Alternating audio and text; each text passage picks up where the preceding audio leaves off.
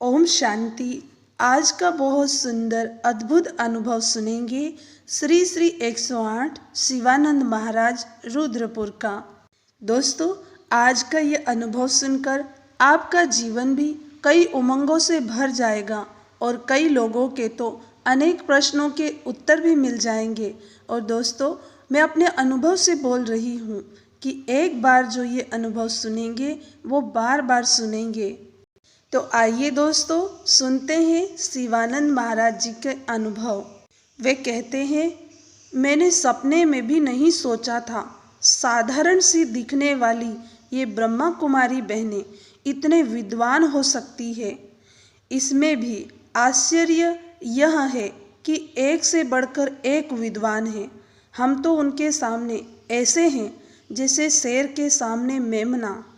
आज से 45 वर्ष पूर्व ईश्वरीय विश्वविद्यालय से संपर्क हुआ था।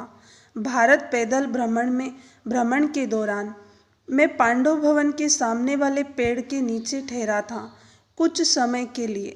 तब वहाँ इतना सब कुछ नहीं था।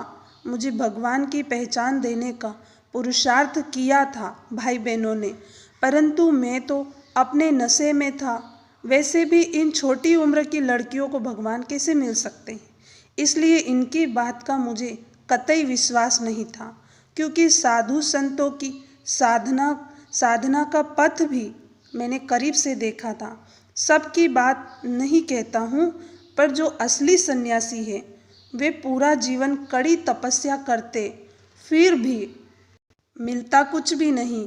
कभी कभी तो मैं ये भी सोचता था, ये संस्था शायद पुरुषों को कमज़ोर समझती है और उनको नीचा दिखाने वाली है। इसमें महिलाओं की संपूर्ण भागीदारी से मैं आश्चर्यचकित था, क्योंकि आज के दौर में महिलाएं दुनिया की समस्याओं की जड़ सी बन गई है। जिस कारण विकार तो है ही, परंतु शिक्षा का गिरता स्तर, धार्मिक संस्कारों की कमी, फैशन, चरित्रता का पतन आदि भी है। यहाँ मैंने इन सभी बुराइयों का पूर्ण अभाव देखा। सादगी और पवित्रता से सजी साकार तस्वीरें, यह सब अपनी आंखों से देखने के बाद भी बुद्धि का ताला बंद रहा।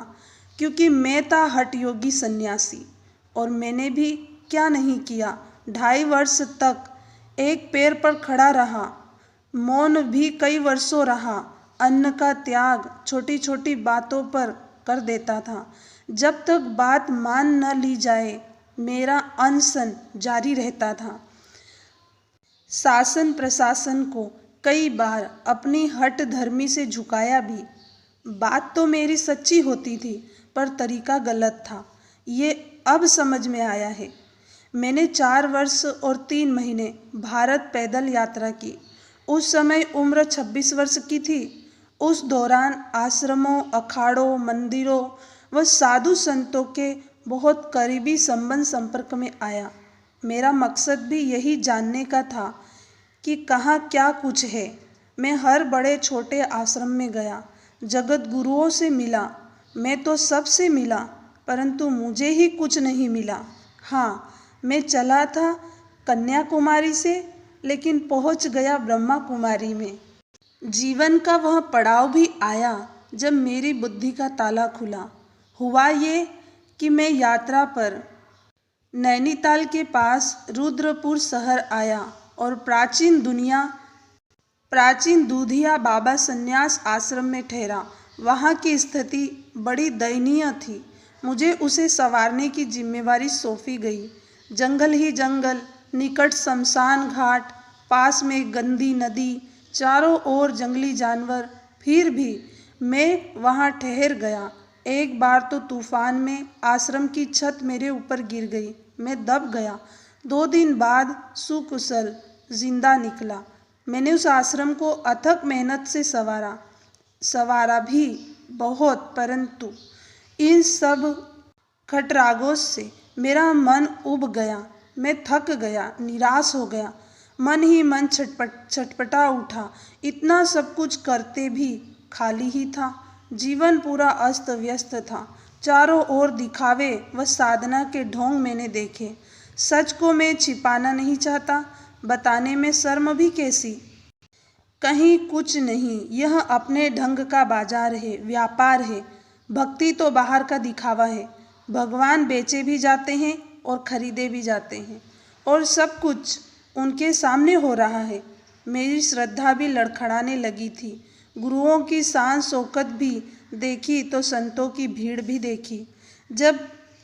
तब जाकर वह दिन आया जब तलाश पूरी हुई, साधना शुरू हो गई, भक्ति पूरी हो गई। हुआ क्या, दिवाली से 2-4 दिन पहले अचानक ही रुद्रपुर सेवा केंद्र की संचालिका बहन हमारे संन्यास आश्रम पधारी। शाम का समय, उजले उजले वस्त्र, बस 5 मिनट ही रुकी होगी, ना बैठी ना जलपान किया, बस एक झलक देकर एक साथ सब कुछ दे गई। जीवन से झलकती पवित्रता, तपस्या का तेज, गजब की शालीनता, चेहरे पर दिव्यता देख मैं जब तक कुछ समझ पाता तब तक तो वे ये कहते हुए प्रस्थान कर गई कि महाराज जी, अब आपकी बारी है, हम इंतज़ार करेंगे आपका। मैं कुछ भी समझ न पाया। दिवाली से पहले ही घर में जैसे उजाला हो गया। मेरी खुशी का ठिकाना न रहा। मैं हैरान था। यह दृश्य इतना अलौकिक था, वर्णन नहीं कर पाऊंगा, परंतु सच्चाई छिपा भी नहीं सकता। मुझे रात भर नींद नहीं आई। मैं सवेरे का बेताबी से इंतज़ार करने लगा और सोचता रहा, मेरे इस आश्रम पर, मेरे आवास तक आज तक किसी माता या बहन ने आने का साहस नहीं किया, पर यह बहन तो आश्रम का क्या, मेरे मन का भी दरवाज़ा खटखटा गई। मुझे तो माँ सरस्वती से कम नहीं लगी, डूबती नाव को जैसे दिशा दे गई। मैंने कभी ये सोचा था कि ब्रह्मा कुमारी आश्रम में बिना बुलाए नहीं जाऊंगा। ये तो घमंड था मेरा। अब तो घमंड भी चूर हुआ और मैं नतमस्तक भी हो गया। एक विशेष बात, हम तो हठयोगी थे, साधना का तरीका हट था, समझदारी नहीं। मैं पान बहुत खाता था। मैंने एक ही रात में पान की निशानियाँ समाप्त करने का काफ़ी प्रयास किया। मुझे लग रहा था कि मैं कैसे सामना कर पाऊंगा। सुबह होते ही मैं आश्रम जा पहुंचा। लगा कि अपने परिवार में आया हूँ। स्वच्छता, पवित्रता और गहन शांति, मानो स्वर्ग में पहुंच गया हूँ। कहाँ तो मैं इतना स्वाभिमानी था कि अगर किसी जिद पर अड़ जाता तो बात मनवाना मेरे प्राणों की बाजी होती। स्वयं मंत्री या शासन प्रशासन ही अनशन तुड़वा पाते थे। मुझे लोगों के पाखंड राज नहीं आते थे। मैं कुछ कर डालना चाहता था। मैंने कईयों की धुलाई भी की थी इसी कारण से, परंतु ब्रह्मा कुमारी आश्रम में गया तो झुकने की तो बात छोड़िए, मैं जमीन पर बैठ गया। सन्यासी नहीं, भगवान का बालक बन गया, नतमस्तक हो गया। सन्यासियों ने तो जगत को मिथ्या कहा, इन बहनों ने मिथ्या को स्वर्ग बना दिया। सबसे अच्छी बात तो ये है कि हमने भगवान को ढूंढा बहुत, मिला कुछ नहीं। सारा समय जटाओं को बढ़ाने में, कर्म कांडों के बीच रह गया। जो किया दुनिया को दिखाया, पर भगवान को दिखाने के लिए कुछ नहीं किया। परंतु भगवान ने पता नहीं कैसे और क्यों मुझे चुन ही लिया। शुक्रिया उस घड़ी का, उस लम्हे का, उस दिन का जो मुझे घर बैठे भगवान का परिचय मिला। इसके बाद मुझे आबू से विशेष निमंत्रण मिला, परकाया प्रवेश रूप में अवतरित हुए भगवान से मिलने का। उससे पहले मैं मधुबन माउंट आबू धर्म सम्मेलन में भी आया था। मेरा बहुत सम्मान हुआ था और दिल की बात कहने का सौभाग्य भी मिला था। पर जब शिव बाबा से मिलने पधारा तो बाबा से तो मेरा सीधा संवाद हुआ। बाबा ने किसी धारणा के लिए हाथ उठवाए थे, मैंने नहीं उठाया। तो बाबा ने कहा, आप हाथ क्यों नहीं उठाते हो? फिर मैंने बहुत बड़ा हाथ उठाया और कहा, बाबा हम उत्तराखंड से आए हैं। बाबा मुस्कुराए और मैं भी मुस्कुराया। भाग्य हमेशा पुण्य कर्मों से बनता है। मैं अपनी कह रहा हूँ। मैंने जैसे हठयोगी सन्यासी, पत्थर दिल पिघल गया। मेरे जैसा हठयोगी सन्यासी पत्थर दिल पिघल गया। मैं दावे से कहता हूँ, भगवान से मिलना है तो जाओ ब्रह्मा कुमारियों के पास और उन्हें सिर्फ आंखों से नहीं दिल की भावनाओं से देखो।